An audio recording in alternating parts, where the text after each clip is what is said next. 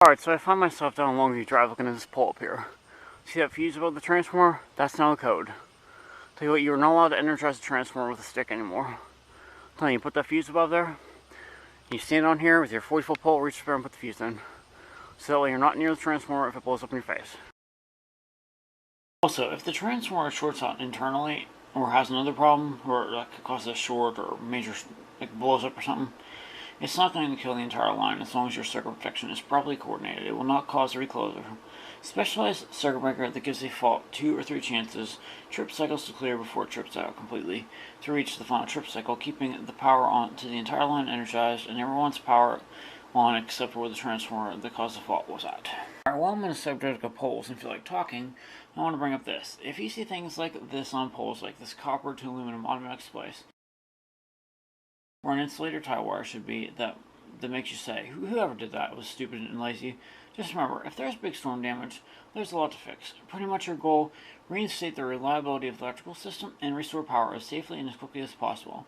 And you don't want to see a car on the lot at the end of the day after everyone's gone home, because that wants someone to not go home, and the supervisor now has to make that dreaded phone call to the family. Remember, in storm damage, there's a lot to fix, and you will eventually end up short on parts and patience, and that means you're going to do it the easiest way you can with what you have on hand. Plus, you're going to see a lot of different rigging techniques, especially if you bring in outside help from across the country and out of state. And they may not do things the way you do because they could have different regulations and training from where they're from. So just keep that in mind before you make a bad comment about someone else's work when you see photos and things like this in the industry. Real quick, I want to talk about this scene that I saw out there one day. This scene where you have a dead-on shoe on a thin bolt eyelet directly on the threads of the 5/8 bolt instead of a wedge clamp on the 10 kV ground and neutral spool insulator. Yeah, this is something you need to be aware of right here.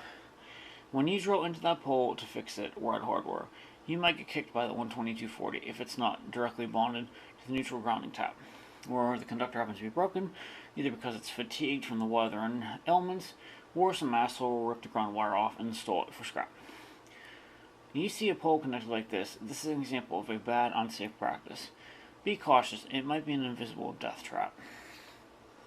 I mean, really, you'll see like the neutral insulator, they got the ground wire coming right from the neutral or grounded conductor, and it goes right to ground. It's like, that's not shorted to the pole.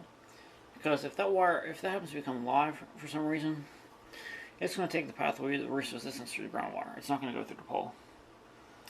But where you got that going right to the metal like that, I mean, that's going to cause a voltage difference. I mean, something could fail somewhere. I mean, you never know. I mean, you see a pole like that, I mean, don't go near it. I mean, or don't try to like drill into it. Because there may be a live electricity in there from that 12240. I mean, all it takes is one voltage difference and you got a major problem. I mean, this stuff can show up anywhere up there, I'm telling you. So be safe out there.